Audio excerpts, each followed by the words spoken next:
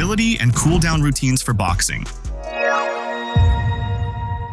How should a boxer cool down after a training session? Could a cool down include elements of the Boxing Science warm-up routine or selected mobility exercises, or would you recommend something different? So quite interesting question about cool downs for boxing. Now the cool down is a good opportunity to get some of the extra work in. He asks a question about, would I use the Boxing Science warm-up in there? I wouldn't use the Boxing Science warm-up as part of a cool down. I'd primarily just use that as the warm-up routine, as it's designed to improve movement, mobility, stability, and also activating an athlete, and also potentiating as well, because we're ramping up the intensity as the warm-up continues. Something that we don't really have room for within this warm-up is doing some sort of static stretching or PNF stretching, doing some flossing techniques as well. The cool down could be a really good opportunity to get all these in, so like PNF stretching, static stretching, and flossing exercises as well, such as like the banded hip floss, which will really open up the hips, doing some PNF stretching with that, working that range of motion by rotating, a supine banded hamstring stretch.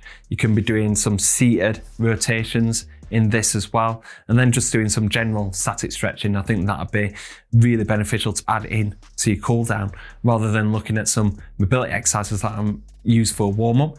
There's an opportunity there to do a little bit more work. So yeah, cool down, really important. Your muscles are warm, wanting to try and bring that heart rate down steadily, using some sort of static PNF or flossing, stretching, mobility techniques, it'd be very useful. How many times would you put mobility and flexibility in per week? Like, would you do 3 sessions of full mobility, 30 to 40 minutes? I wouldn't do a full session on mobility.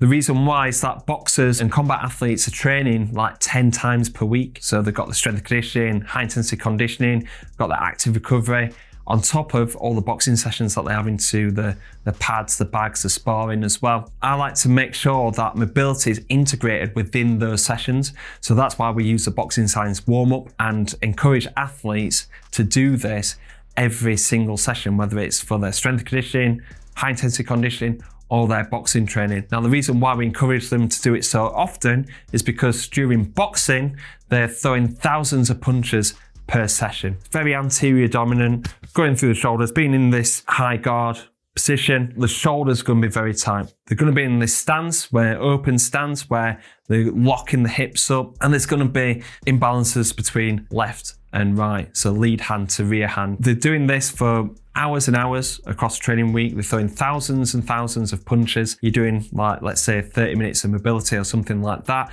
It's not going to quite create that balance. So what we try and do at Boxing Science is a little bit more balance by exposing our athletes to this mobility routine every single day. Before the boxing sessions, before their S&C sessions, overall they're doing 30 minutes of mobility training per day. So rather than having a designated session, which they're probably going to find quite difficult to add into their routine, we're actually integrating it into each session, and we're going to get a lot more out of it as well. So that's how we'd put in our mobility routines in a boxer's program.